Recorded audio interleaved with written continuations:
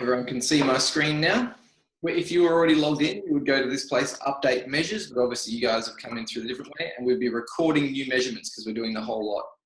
So we'll go continue here. The first thing that's going to be is a weight. Obviously, if you're using a scale, you want to make sure it's on a firm surface, you want to make sure it's consistent, and ultimately you want to be using the same set of scales each time. I'll get Kyle to go and stand on the scales right now. Okay, well the way I do height, at least, this is if you don't have apparatus specifically for it. Hand on top of the head or a ruler or a book, get a straight line. Now the thing is that you want his nose and his ears parallel to the ground. You want him standing up straight in his full posture. You want to make sure that if people are hunching, that you're actually undoing their hunch. So as straight as possible, we're actually trying to get their full stature because that's the thing that's related to their genes. Take that point and then measure it down to the ground. If you already know your height, then plug it in, but it's always good to recheck it when you're doing your official measures. Your genetics are very much, the story of your genetics is told in your skeleton, so understanding what your skeleton looks like is quite important. When we're measuring the forehead, what we want to do, firstly, you want to make sure that it's running across the eyebrows at the front. And you also want to make sure that it runs straight from front to back. You can see a nice straight line there. And you want to be looking for the thickest part of his head at the back. Normally there's a little bit that sticks out at the back, the occiput. And you want to make sure it goes over that. Just check that it's straight. You want to put plenty of pressure on it. And so that's going to be 57.3. The reason why you put pressure on is because you want to take the hair out, because this is a bone girth, not a how thick is your hair girth. We've got the jaw, so I'll just get him to turn it around. Got a nice little swivel chair here, keep coming around to the side. Okay, the jaw is actually a very specific one. The first thing that we've got to do is we've got to find, it's normally right in the middle of the ear, you'll find that the temporal bone finishes and it meets the mandible, so the TMJ, right at the point of the TMJ. So if you start high up the ear with the finger and you use your fingernail, you'll come down to a point where you fall off the tip of the temporal bone and you fall into the space where the mandible, if he opens his jaw, it'll fill with the mandible. So you're wanting to find the bottommost tip of the temporal and you're wanting to start the measure there. And then what you do is I put my thumb in the corner of his jaw, okay? Now obviously his jawbone's coming down here. His jawbone is coming down here. So I put my finger on the inside edge of that line. And what I do is I'm wrapping the tape around and going to the middle of his chin, okay? So I'll just do that in full flight. We're doing it here. I'm putting my thumb on the inside, so I'm not holding the tape down with my thumb. I'm wrapping the tape around my thumb and bring it around, just circle, circle, circle, circle, circle. Bring it around to the middle of his chin. So it's not a straight line. It's not a straight line that goes here to here. It's not a very square line. It's a curved, angled line that has a pivot point right in the corner of the jaw. When you're doing your self measures, I find that if I put it there, I'll then use this finger here to put the circle there, and then I can bring it round. The important thing is that it's on the outer surface of the jaw, not underneath the jaw, okay? The neck, and so for guys, typically the neck is underneath the Adam's apple, which is there, okay? So it's straight underneath the Adam's apple is where we're after it. So the reason why we're taking neck is because neck is one of those things that doesn't really gain muscle, it doesn't gain a whole lot of fat, and so it's quite an indicative marker of, well, it's actually an independent risk factor for diabetes. Even if your waist circumference is normal, if you've got a thick neck, then you're more predisposed to diabetes than people with a thinner neck. And that's due to the endomorphic properties. Having a thicker neck is going to be more endomorphic. Endomorphs are more likely to get pancreatic type conditions, particularly diabetes. So there's just a little tie in here. So that we've got, and what we're doing with the tape here, it's different to the head. We're actually just making sure that it rests on the skin. It doesn't indent the skin. So that's 37.2, okay? underneath the Adam's apple for guys. If they've got a very, very low Adam's apple, then it would be above it. But it's normally you're trying to find it. You're trying to not get the trap. And for a girl, it's just for the leanest part of the neck. Arms out to the side. It's better with your shirt off, but we're not going to do that to all of you guys at home right now. So what we're doing here is we're actually measuring the distance from effectively glenoid cavity to glenoid cavity in the scapula. So we're trying to get a shoulder girth, but related to his skeletal structure. So we go right up into the depths of his armpits. We get the tape up as high as we can, up into the armpits. We make sure that it's running straight from front to back, all the way up in. And that's why it's helpful if he doesn't have a shirt on. And then what we're going to do is we're going to get him to take a big, deep breath in and half a breath out. Cool. And what you're going to find is that it might rise a couple of centimeters and then it goes down a couple of centimeters. And we're looking for the midpoint of that. So big rise in, half a breath out. Cool. So I've got 99 there, even though it went up to 101. And that was exactly what we had last time as well. And so if you're going to do this yourself at home, what you want to do is you want to keep your elbows up. Keep your elbows up like this so that you're mimicking arms out. You get it right up into the shoulder blades. You make sure it's straight front to back. You take a deep breath in, half breath out, and then call it. Next one is going to be the ribs. And what we're looking for is the xiphoid process here. So if we feel up the ribs, we're going to find the apex is right there, just below the nipples, right in the middle. Everyone's familiar with the apex of the rib cage or the bottom of the sternum. So arms out to the side again. We're going to take the same type of measure.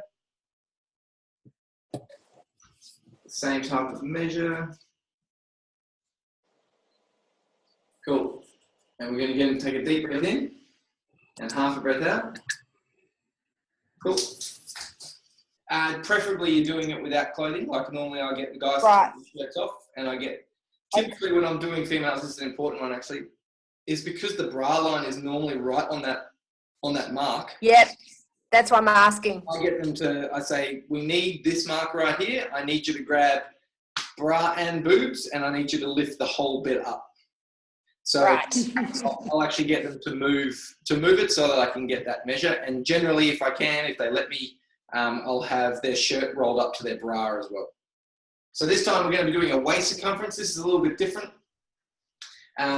in that we're going to be taking it at the bottom rib. So we want to be feeling down the side for the bottom rib, and we'll find it right there, the bottom part of the bottom rib, and that's the mark for the waist circumference. So once again, this is a skeletal measure, and obviously we're also measuring how much weight they're depositing around their abdomen. Make sure it's straight front to back. This one doesn't involve a big breath. This one just involves just tidal breathing and capturing it at the in the middle.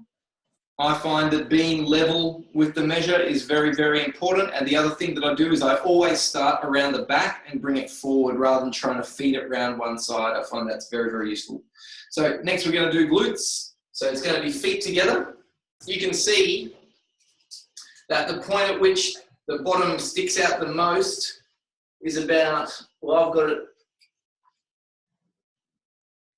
right here. So what you're looking for is the angle, or sorry, the part of the bum that sticks out the most at the back. It's right at the top of that curve, which is the line that you take this measure. Okay, this is a normal glute measure. So you're just getting maximum glute. So you put the tape around, take the clothes out of it. And generally, if people can be in their undies, that's better again. Just straighten it front to back. So normally when he's got pants on, I pull a little bit tighter because they can add 1 to 2 centimeters, 3 centimeters for jeans. Okay, then we have the elbow. With the elbow, what we're looking at, this is another skeletal measure. We're going to be measuring from the bones effectively of the humerus and where they meet the radius and ulna. We're trying to find the condyles there, which is the thickest part of the humerus effectively. We're going through the crease in the middle of the elbow, the crease here, and we're going around the back on the elbow point. So pretty much we're taking a measure of the thickness of the elbow joint. So just make sure it's traveling over the relevant bones. The arm straight, that's right.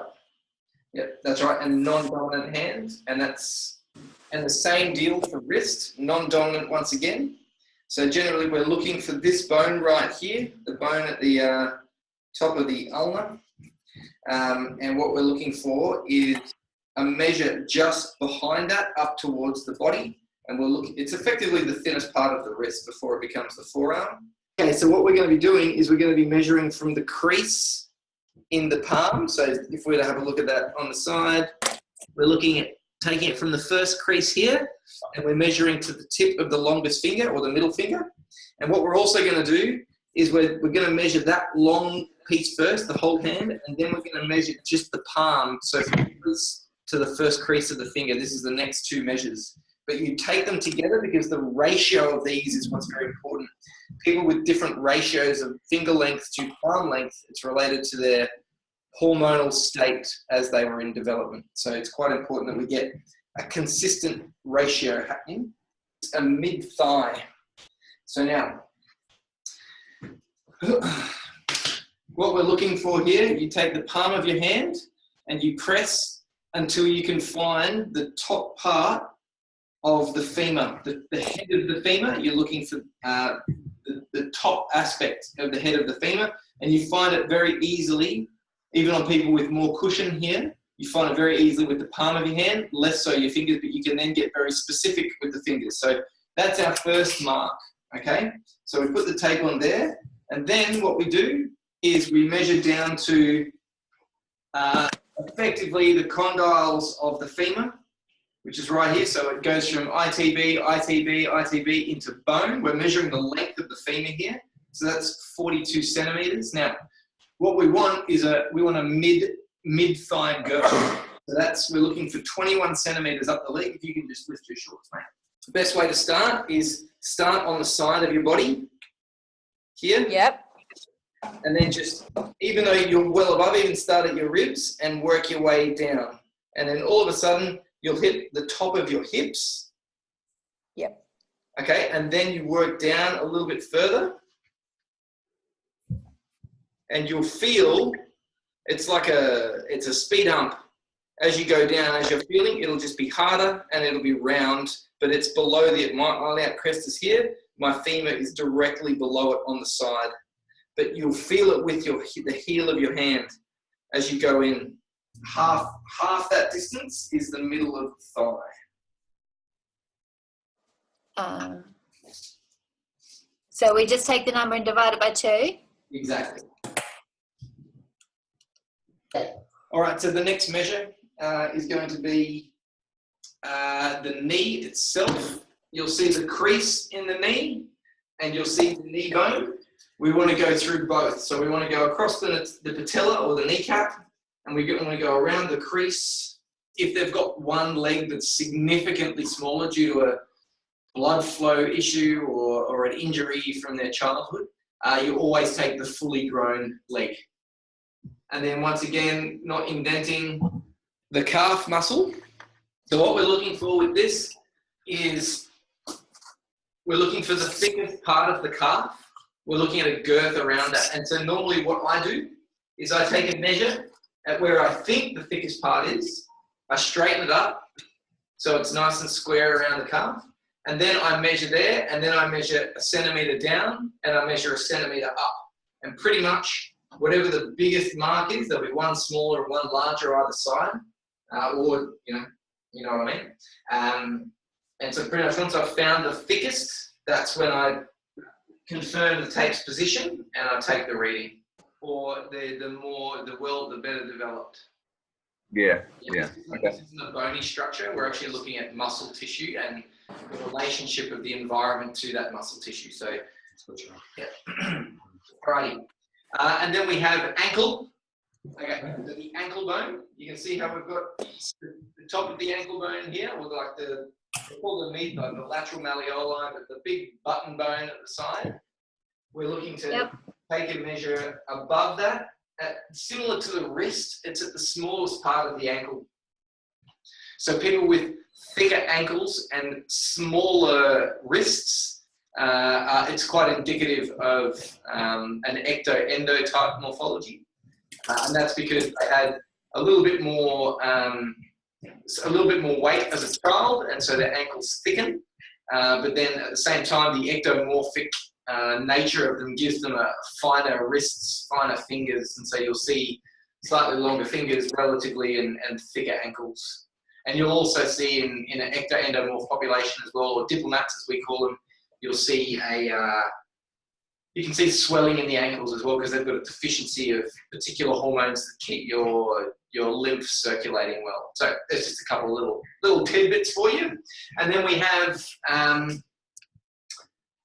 the foot itself. So just turn straight on, please, mate. Now, probably the best way to do this is to actually have them have a measurement on the wall that they can put their toe into the wall, and then you can measure back from there. Or you can just eyeball it and make sure you go from the longest part of the toe all the way to the heel. You know how the heel kind of, probably hits the ground here and then it curves up. So you still want to grab it at the most curvaceous part, like the glutes, like the furthest back the foot actually protrudes, not just where it contacts the ground. Yeah, with the second toe is the longest, then that's the one you take it. But for all measures, the jaw, the head, the neck, take them twice. And if you're out by, particularly with those ones, by more than half a centimetre, I would be measuring them again until you get two ones that are quite close. Okay. When we're talking about Caucasians, we've got three particular options: pale, freckled, medium light, or olive. Okay. So pale freckled is like my skin. It's devastatingly well, it does tan a little bit, but really not much. And then there's the more extreme version, like the proper Irish, who just burn as soon as they see a bit of vitamin D. So that they all come into the classification of pale and freckled. And then medium light is like European skin, and Kyle actually has that skin. Think of a German, and the way they tan, there's a totally different tone and color. They tan. And same with Russian bodies as well. So you'll have this. It's pale skin, but it's rosy, and it's not freckled, I guess. Well, you don't need to have freckles, but there's definitely a different tone to the skin, and it tans very well. Okay, so that's the second option. And then the third option, generally for Caucasians, is olive, and they'll normally have some sort of, whether it be Arabian, Spanish, Mediterranean, South American blood in them, that gives them that olive color. Some people just have it even not. And look, really, this extends to, we might see somebody who is a quarter Aboriginal and then 3/4 Caucasian, and we'll see that they actually have medium light skin. They don't have light brown, which is typical of Indians, Cambodians, and Aboriginals. They've actually got medium light, and that's still a relevant mark, because this is not related to culture. It's related to the amount of melanin in their skin and the way their skin produces color. So it's independent of race. However, there is a natural gravitation within races to have a similar type of tone, if that makes sense. So really judge it on what you see. Okay. So obviously the other options, like lighter yellow, we're talking about Koreans, Japanese, and then remember, this skin is, it's describing the skin under your bathing suit, not the tan skin on your face. That's important. Tanned, so the skin is caramel colored. Certain South Americans, Philippines, once again, under your bathing suit, not on your face. And then light brown, which is where we start looking at Indians, Cambodians. Dark brown, Southern India, Aboriginal Australians, Papua New Guinea. And then very dark brown is typically Jamaicans, Haitians, Congolese, Nigerians. Those types of skin tones. Does that make sense? I definitely fall between the first two, so I'm not sure which one to choose. Okay, fair enough. So do you have any background, like heritage-wise? Yeah, Welsh, Irish. Oh, they're the world's best tanners. That bunch of tan. Yeah, I don't. But I'm pale. But I mean, you can kind of see I'm pale, but I'm not the pinky, freckly. I've got some freckles, but I'm not. Sure. So I don't know. I don't know which one. If you tan really well, because I tan okay. I don't tan. You don't tan at all, you burn, Mm-hmm. then that would probably be the indicator. So skin is rosy but not pale and can generally tan well. So if you're in between two and then the skin is pale, sometimes with freckles, doesn't typically tan well and generally burns. That sounds like you. Which matches up with your heritage as well. Okay. Yep. Okay, nice. Anyone got any other questions on that? Well, just so that you know, guys, there's about 70 of these questions. So it's good. If you've got a bit of an idea, we'll just keep rolling through them so that we can get through it before everyone falls asleep. Okay, so we're talking about, do you have any of the following on your face? And we're talking acne or pimples. So if we've got any pimples at the moment, it's very much a what do you have right now, which is important. Red blotches is very much rosacea. We're looking for rosacea, which comes up, and there's quite a good picture there when you actually go into the program. It's quite bright, red and blotchy, very obvious. Capillaries, we're talking about, people might have a couple of little capillaries on their face, but really we're talking more than 10, I guess, capillaries that are starting to form clusters, or even if you're just getting more number and there's an obvious patch of capillaries, then that counts for that. And that's actually related to blood pressure risk and other factors like that. Wrinkles. So I would have thought I'm wrinkle free, but I'm not, unfortunately. So if you've got a little bit of crow's feet happening, I've got a little bit of a crease coming through my face here. So I'm at the newly wrinkled over the last 4 or 5 years, I guess. You'll have people who don't, but generally most people over 30 will have some sort of wrinkle action happening. As far as the moles are concerned, we're looking brown or black. We're looking at raised as well. That's a good one. So if they say, no, I don't have any moles, but you can actually see on their face, oh, yep, I can actually feel that that's raised, then that counts. And then flakiness of the skin, which is before moisturizing, obviously. If you're waking up and you just had a shower and you dry your face, and you know that if you don't dry your face, there's flakiness of your skin, then that one's a tick. Okay, anything to change that? So, Cam, can I just, one sec? I've got a couple of freckles, but they're not really, I don't think they're moles, but they are bigger freckles. How do you said it'd be a bit raised? Raised, yeah. So it's actually like a bump, as opposed to just, like freckles are just a skin, a pigment thing. A mole is actually a growth. So if it's sitting completely flat, even if it's bigger, that's not a mole. Absolutely. You might have a freckle the size of your face, but if it's not raised, then it's not a mole. Okay. Sorry, thanks. That's all good. It's good that we get it. Okay, then we've got skin. Oh, sorry, hair. We've done plenty of skin already.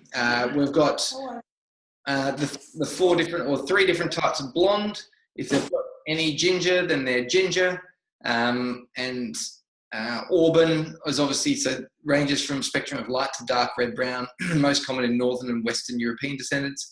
Light brown may also be called chestnut and have hints of red and dark blonde. And this is before treatments. This is natural hair color to their best knowledge. Brown, very dark brown, and then this hair is black and evenly black throughout. And very few people have got that kind of hair. And if they've gone grey? Yeah, we're going to get to greys in a second, mate. Just hold on there, Sea Dog. I'm good. I've got a mixture of the other stuff, but, there's going to be a lot of greys. Yeah, cool. Okay, so then we have a look at grey hair. So yes, a few here and there. Yes, about a quarter of my hair, which makes Kyle look very, very distinguished and actually more mature than I, even though everyone knows it's not true. About half his hair is grey. Yes, most of my hair is grey, so that's pretty straightforward. And then describing your hair without perms or treatments. So if you were to leave it and let it run wild, what would that create? Would it be coily hair? Would it be very tight curls? Would it be loose and curly? Would it be straight, like dead straight we're talking about? And it's dead straight with virtually no kink, like no kink at all. If it's got a bit of a kink, it's going to be loose curly. And and then obviously we then start getting into hair quality. So brittle hair, is it breaking very easily with little elasticity? Is it dry? And we're talking about, it's just got the feeling of dry, and this is even including treatments as well, if you've had lots of treatments on it. Oily hair is hair that if you've washed it haven't washed it for 3 days, and it gets very oily, then that counts as oily. And dandruff obviously is what it is. Thick hair is actually the follicle size, not the amount of hair that you have. You might have lots of hair, but very fine follicles. Does everyone understand the difference there? So thick and fine is related to the thickness of each strand, not how densely it's packed. Do you have to choose one of those two? No, you don't have to answer. You have to answer what kind of hair you have, but after that, the quality, you don't have to answer any of them. You can be right in the middle. So if you're normal, you would just not tick those. That's it. Perfect. So which best represents your hairline? And this is where you take a look and you have a look at what's going on there. I've got a fairly clear widow's peak, which you'll be able to see, just that strand. I've actually coiled something out of it, but that's the widow's peak. And then you've got, if it's more than 6 centimeters above your eyebrows, it's considered a high line. If it's very close to your eyebrows, it's considered a low line. And if it's in between that, then it's normal. Okay. Is your hair falling out?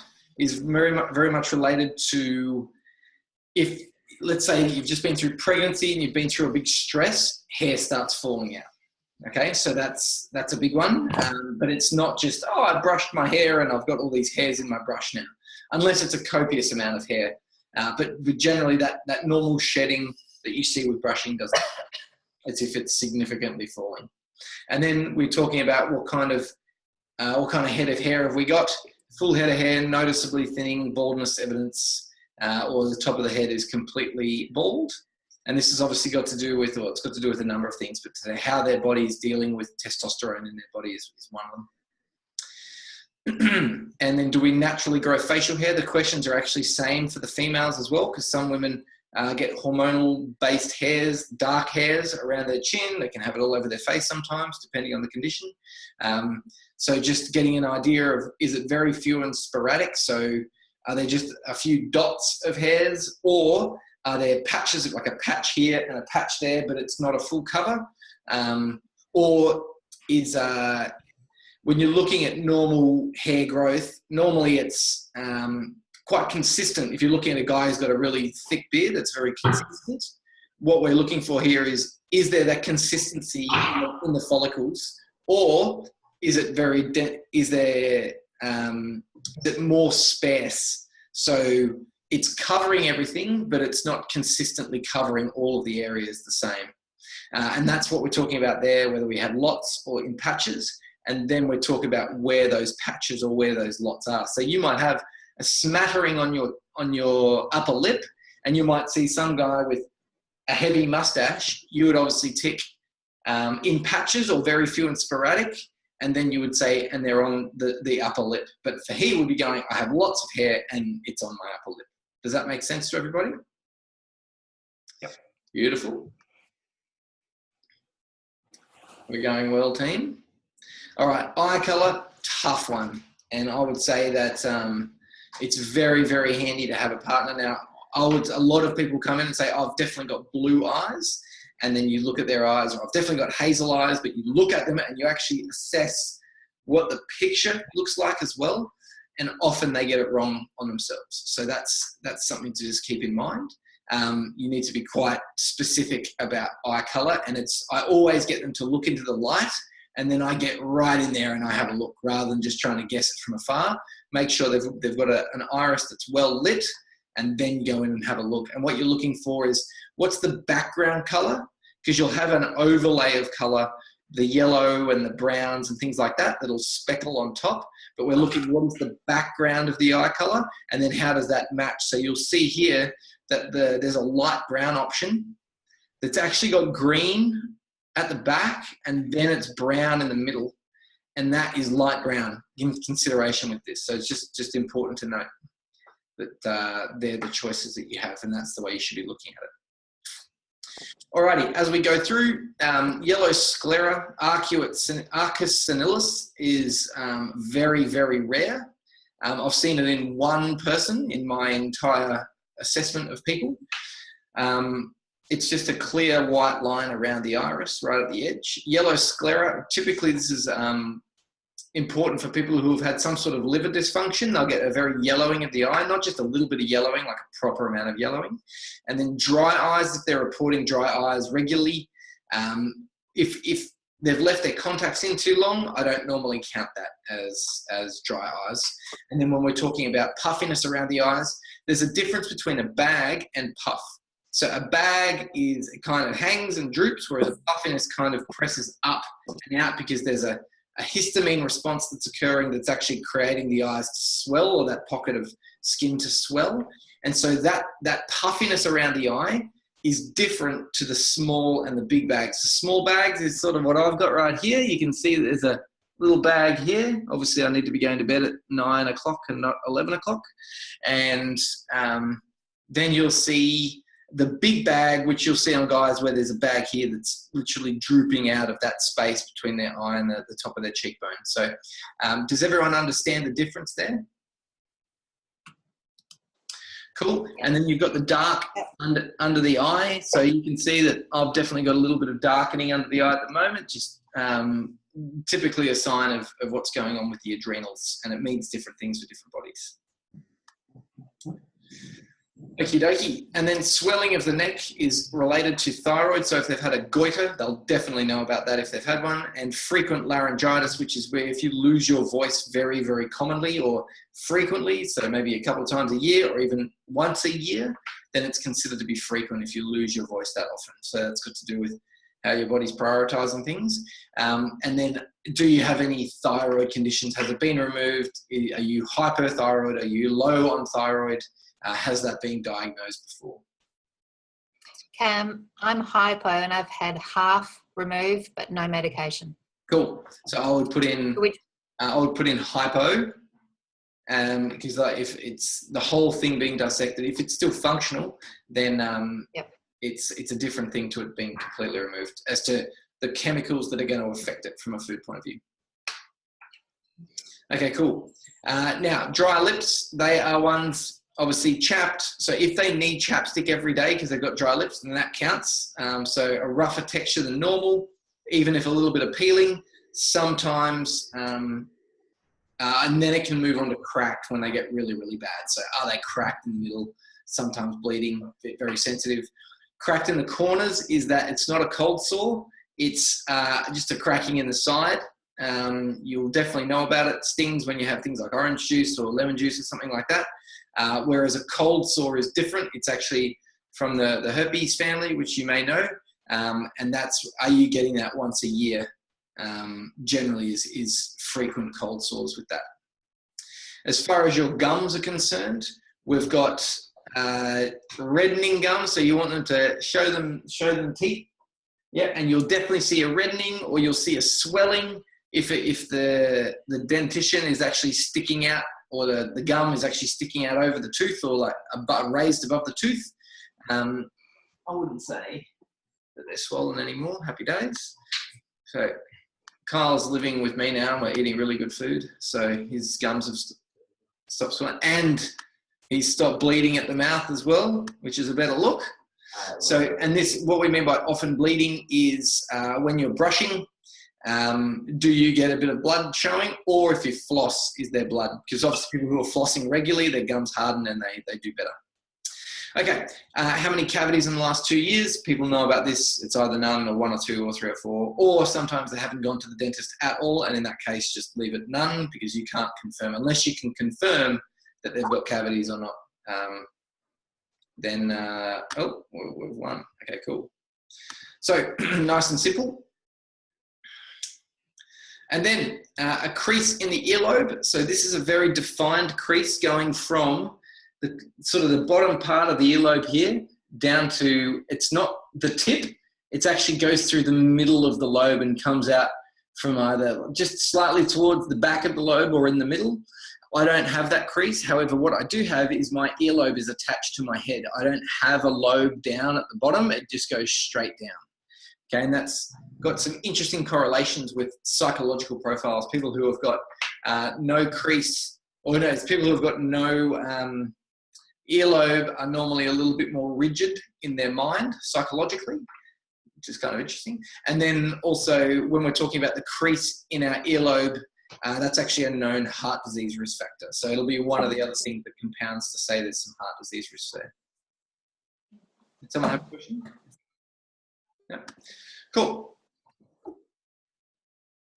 Okay, do your fingernails have, so having a look at your fingernails, do you have obvious striations through your fingernails? Do you have white spots at all, any or all? Striations.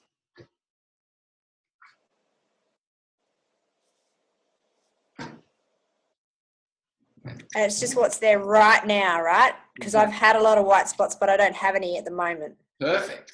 Winning. And never again shall you have one. Okay. Okay, and then we look at brittle ends are the ones that chip very easily, obviously. Nail fungus is quite obvious. You get that yellowing under your nail, it starts lifting off. And then also the missing lunula, we're looking at these three fingers, the thumb, the index, and the middle finger. And you're looking for a half moon. I won't give the camera the finger. You're looking at a half moon at the bottom of the nail bed. You'll definitely have it in your thumb, but do you have that half moon on index and ring finger? And if you do on both hands, 6 out of 10, then none are missing. And then this is a really cool hormone question as well. What is longer? Is it your index finger or your ring finger? And you put your hands up.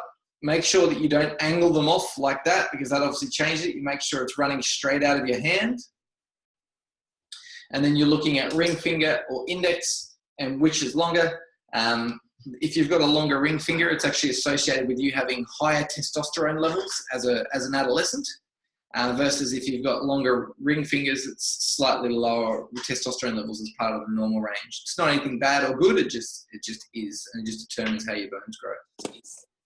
Okay, very few people have the same height. I often find there's a perceptible difference between the two.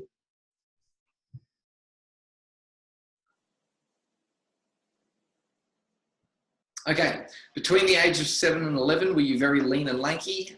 Generally, these children are usually tall and thin with long and slender limbs, not always graceful, very lean with less muscle and fat than their counterparts. So people often think that, yeah, I was lean and lanky when I was young, and then you read the full sentence and that wasn't them. So they generally need to be 2 or 3, like in the top 2 or 3 of their classes, the longest and leanest and lankiest between 7 and 11. But they can be still be shorter, but with just a little bit of, sometimes a little bit of clumsiness due to their limbs sort of outstripping everything else that's growing. There being very little muscle, very little fat. And with very crooked teeth is the other one as well. We're not talking about just kids who need a bit of brace work. We're talking about kids who need quite a bit of work to get their teeth straight with odd, whether they're coming in misshapen or growing in at very odd angles. That's what's considered. Alrighty. Have you had a spinal operation? And this can be anywhere on your spine. People are going to know about that. And then the hernia or a prolapse question is very much asking about, did you have a hernia or a prolapse in the discs in your back, not in your stomach muscles? And then the third one is inherited spinal deformations such as spina bifida, scoliosis, ankylosing spondylitis. Scoliosis is more common than the other two for sure, and needs to be ticked even if it's a mild scoliosis. Have you ever been diagnosed with emphysema, chronic bronchitis, or asthma? People will know about this if they have been, and this is at any point in your life. All right. Do your legs have varicose veins, broken capillaries, or proper inflammation of the leg vein, which is phlebitis? So that's very uncommon, but we're talking about the tops of your legs. Are there any broken capillaries? I've actually had varicose veins since I was 8 years old. It's to do with the way my smooth muscle develops. So I have to tick those each time, and so it doesn't necessarily have to be on older people. It can be on sprightly young people as well. Okay, and then describe the shape of your legs, whether it be bow legs, knock knees, and hyperextending. Normally people know if they can hyperextend their knee and sort of bend it out the back, as opposed to knock knees, which is knees very much angling in towards the center, and then bow legs, if they're just standing normal and their legs bow out like an old school cowboy, then that's what we're ticking there. Have you ever had a knee operation? Say yes, no, or don't know. Do you often get muscle cramps in the calf muscle? And we're talking about if you're doing exercise or you're waking up in sleep, really if it's once every 1 to 2 weeks, you're getting a cramp that's sort of unexplainable, then you would tick that. Okay, do your feet have bunions? And what we mean by bunions is an angling of the big toe back into the other toes. Flat arches, which is virtually, well, there's no arch. It's a little arch counts as a little arch, but flat is flat. And then when you have a look at your feet, this is good for people. What happens to the Achilles tendon when you're looking from behind? So does it come down and then go out to the heel? Does it run straight down the whole way, or does it come out and then go back into the heel? So all of these things help us determine which way the weight is being distributed on the feet. And this is just giving us a bit of biomechanical information as well. Are there frequent pain or cramps in the feet? Once again, we're looking at that once every 1 to 2 weeks that are unexplained. Nail fungus, you'll know about that. There'll be a yellowing under the toenail, and then cracked heels. So generally, when you're looking at the heel, if it's just an indentation with no dry skin, then it's okay. But if you're starting to see skin flake off and there's some more significant lines through it, then definitely we're looking at cracked heels. Very good. Okay. Alrighty. And then does your brain have, actually, no, for the women, it's actually going to go through a women's health section here. Is that right? Yeah. Yeah, cool. So let's just run through those. There is, obviously, it asks if you're pregnant. It asks if you have been pregnant. It asks what your menstrual cycles are doing right now. The only thing it doesn't do is ask, are you on the pill and skipping your menstrual cycle? And in that case, if you were regular before you went on the pill, then write regular, and then say you're on oral contraceptive, which is the question below. But if they were irregular up until the time you're on the pill, then write irregular. And then there's one, the estrogen hormone replacement is, like, you would know if you're on estrogen replacement or not. Then we have epilepsy. Do you have epilepsy? Do you have a brain or central nervous system disease, which can be a myelopathy, can be MS, Parkinson's, I should say, Alzheimer's, attention deficit disorder, or hyperactivity, Tourette's, locked-in syndrome, and MS, multiple sclerosis. So are there sleep disturbances due to an overactive mind? And this can be from anything. It can be sleep apnea. It can just be working too much and not getting sleep. You can see sleep deprivation. But generally it's when, if your brain is waking you up at night or it's stopping you getting to sleep at night, then you would be ticking that box. A sluggish mind, difficulty concentrating, memory loss or poor memory, and all of those three are based on the function that you would like to have. Do you feel like your mind is sluggish? Do you feel like you have difficulty concentrating? Do you feel like you have memory loss or poor memory? Cam, with a condition that was passed, but do you still tick it? Do you have? So it's, if you don't have it right now, then you don't have it. Cool. Alrighty. Within the last 10 years, have you been diagnosed with autoimmune diseases like thyroiditis, lupus, arthritis? That includes osteoarthritis as well. There are any number of autoimmune conditions. There's like 200 autoimmune conditions. So if you've PCOS, could be another one, Hashimoto's, it could be a number. So normally if you've taken a thorough medical history, you'll understand what's going on. And if they don't know if they don't have one or not, then you can't do much more with that anyway. Fortunately, ph360 kind of gives them an idea of how to manage it, even if they don't know they've got it. So osteoporosis or osteopenia, which is deterioration of the bone, obviously, and that's in the last 10 years. And then in the last 5 years, have you had trouble with low blood sugar, diabetes or pre-diabetes? Menetrier's disease is an enlargement of the small intestine. It's quite rare. Is there gallstones? Is there kidney stones? Is there ascites? And if they don't know what these are, then there's a good chance they don't have them or haven't had them in the last 5 years. Ascites is a big fluid retention, normally comes along with heart failure or pulmonary disease. Hepatitis, cirrhosis, or fatty liver of any kind. Hemochromatosis, which is a very high iron reading. You can have the gene for hemochromatosis, but it not express itself as well. And then diverticulitis, diverticulosis, which is a pouching of the bowel, more common in endomorphs, I guess, but it's to do with very sluggish, slow stool movement, and then creating stretching in the bowel. So once again, they'll know about it if they've got it. In the past 2 years, have you been diagnosed with or had 2 or more episodes of prostatitis? Obviously, this is different for the female section. I'm not going to be asking about prostate. Cystitis or bladder infections, HPV, which is a STD, so human papillomavirus, urogenital fungal infection or candida, so that could be thrush as well. Urethritis is another one, which is just UTIs, and that can be as a result of just normal sexual intercourse, or it can also to be with viral infections, or it can also be with STIs as well. Yeah, very good. So within the last 2 months, have you been suffering from any of the following digestive issues? So acid reflux or dyspepsia, flatulence or bloating, gastric or peptic ulcers, hypertension, high cholesterol, colitis or intestinal inflammation. So this could be Crohn's disease, it could be ulcerative colitis, it could be irritable bowel syndrome if you've been diagnosed with it.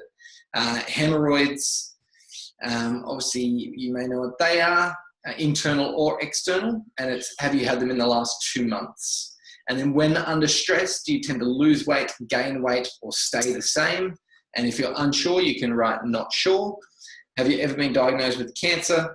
And then if you untick that, you'll obviously then be able to tick which one you've had: diagnosed and in treatment, diagnosed but not in treatment, in remission, cured and free from it for 5 years. So it gives you plenty of options as to define where that condition's at. And then what other medical conditions do you feel you should know about, or ph360 should know about? And then you can type in, right, I have this, and you can say endometriosis hasn't been asked about, but it's a condition that you can pop in there. And then you can say if cured, but if not, that's fine. When did it start? All that sort of stuff. And then products, so supplements and medications. Now, it's important to know that these aren't going to affect the outputs of ph360, but it's firstly data collection, but it's also information for your health professional. So if, like as a dietitian, if someone comes in and says they're on statins, then I will make sure that if grapefruit's really high on the list, that they're not having grapefruit, or if they are, that they're only having it very, very consistently, so that there's a known effect on the system. So you can pop your supplements in there, but if you're on 400 supplements, it's not going to matter too much if you don't add them all in, because it's not going to affect the outputs. Okay, have any of your parents or grandparents ever suffered from diabetes? So all of these questions are around parents or grandparents. It's diabetes, it's carcinomas or any kind of cancer. It is significant cardiovascular problems, so heart problems, heart attack, stroke. It's any type of arthritis or joint illness. It's any type of circulatory problem of the vein. And there's always a don't know option in here too. If you don't know the history on one side, if you don't know your mum, then what I would do is that everyone that's a yes, you would tick yes. Everyone that's a no on your dad's side, you would tick a don't know, so that you guys can get your head around that. And then osteoporosis, osteopenia after the age of 45. So we're looking at, is osteoporosis a risk factor that's part of aging for your family? And then the ancestry of your mother, this is very much where, like, the major place that she is from, or at least her line is from. If you type in Australia and Australia, then it's going to register, yeah, you've got, dark blonde hair, maybe ginger hair, green eyes, and you're from Australia. You're definitely not Aboriginal. You're probably from Caucasian land somewhere. So, but still put in the heritage. So I would put in Scotland for my dad and England for my mum, even though they've been here for generations. Okay. And then we're into lifestyle questions now. We're going well so far, guys. I'm a little bit behind on that last section. That's okay. Sorry. Just keep working through as you can. Yep. So describe your physical state. We've got living a sedentary life, which is pretty much an office job, sitting in the car on the way home, sitting at dinner, sitting on the couch, going to bed, and not doing any exercise. Exercising very little is where you are doing some sort of activity, but it's less than 3 hours. Getting moderate activity is between 3 and 10 hours. Getting intense activity is above 10 hours. So bodybuilding naturally is a completely different game altogether, and as is bodybuilding with anabolic substances. So generally, most people will sit below that 3 hours, and the moderate exercise 3 to 10. If you're involved with an exercise group, you're going to see more people there. But that's a fairly big range, 3 to 10 hours. That takes into account most active amateur type people. Okay, do you wish to lose fat, gain muscle, tone your body? And this is an important one, because as soon as you say, I want to lose fat or lose fat, generally, it is going to eliminate a bunch of options that are going to be higher in calorie. So that's important, that if you're super restricted, and you're actually just wanting real health, and the weight thing is something that you're hoping as a result, but health is actually the thing that you're after, then I would recommend that you tick gain a bit of muscle or maintain shape and size, one of the two. But if you're wanting to lose weight, then throw that in there too. And then any injuries that you may have, you pop them in there. Now, this is not designed to be diagnostic for like the exercise session. The exercise profile is being built out over the next couple of months. There's some stuff there already, but it's going to get a lot better. But ultimately, I still defer my exercise stuff to someone like JP or an exercise professional that I'm working with. Generally, I use them as a resource, even if I know what they're injured with, just because my focus is on getting people to do the behaviors and coaching them rather than to do the exercise prescription. So it's definitely not to replace the exercise professional. Are you currently working 30 hours plus or 20 to 30 hours? There's a bunch of different options on employment. Where do you spend most of your working hours, which is once again fairly simple to answer. Are you often exposed to chemical inhalants, cleaning or hygienic products, disinfectants, chlorines, chemical sprays? So if you're a cleaner as a job, or if you're cleaning your house every day and you've got sprays that aren't organic, or if you're swimming regularly, like if you're swimming 3 times a week in a chlorinated pool, that would also count. And that's just going to make sure that foods are included to help your liver detoxify those chemicals, which is where it's done. How frequently do you fly in a given year? This is picking up both the X-ray, well, it's actually picking up radiation that you're exposed to. Do you travel by long-haul bus or train? Most people don't travel for more than a couple of hours on train or bus these days. But Kyle was doing a commute from the Gold Coast, which was an hour and a half or so each day, there and back. So that counted. And how frequently do you drive more than 20 miles or 30 kilometers in a single trip in any given week? So point to point in one drive, is it more than 30K, or is it more than 30 minutes? So you might be sitting in traffic for 30 minutes, and that also counts. So this is picking up 2 things. One is the chemical inhalation that's coming from the car, but there's also when you're on a vibrating surface like a car for an extended period of time, it messes around with your proprioception through your spinal muscles, and so it's starting to understand that as well. So there's some really cool things coming to ph360 in the future that'll help with that. But that's just something to have a think about. Okay, and then we've got food allergies. So anything you are categorically allergic to, any food that you prefer not to eat. And then we're just going through how many times a week do you have dairy. Now, if you're just having a drop in your coffee, then add up those drops and how many serves would that be in a week. How often do you eat cold cuts or pre-packed meats? Yep, it's pretty simple. Red meat in a week. We're looking at how many vegetables in a day. And when we're talking about those vegetables, we're talking about a cup of vegetables, or pretty much a cup of vegetables is 1 serve. So you might be getting a couple of cups at lunch and none at dinner, so that would be 2 serves. So pretty simple there, but about 80 grams is the other measure. And then how often do you eat wheat products in a week? It gives you a bunch of portion sizes and options for that. And how much water do you consume in a day? 0 to 1 litres, 1 to 2, more than 2. How much alcohol do you drink in a week? And we're just talking about one shot of liquor, one glass of wine or one bottle of beer is 1 serve. And how much coffee or caffeinated drinks in average day? None, 1 to 2, 3 to 4. He's currently having none. How many soft drinks do you consume in a week? Fairly self-explanatory again. And generally, if you say 1 to 5, it'll ask if it's diet or not. So it's just picking up some of your sugar intake there because there's a different risk profile for different types of drinks. And then, do you smoke? Gives you a few options. And then when following a diet, do you find it easy to lose, hard to lose, or he's never followed a diet? So it just depends on what option is available to you there. And we're talking about not just does your body respond, but is your motivation great and can you stick to it is also part of this question. So if you just find it hard to do the thing and to lose weight, or your client does, then this is a tick for hard to lose. Alrighty, and then we have in what country did you spend most of your time growing up? And we're looking at the first 18 years. So if you've done 10 years in a country, then it's going to be the majority. In the past 3 months, in what city have you spent most of your time?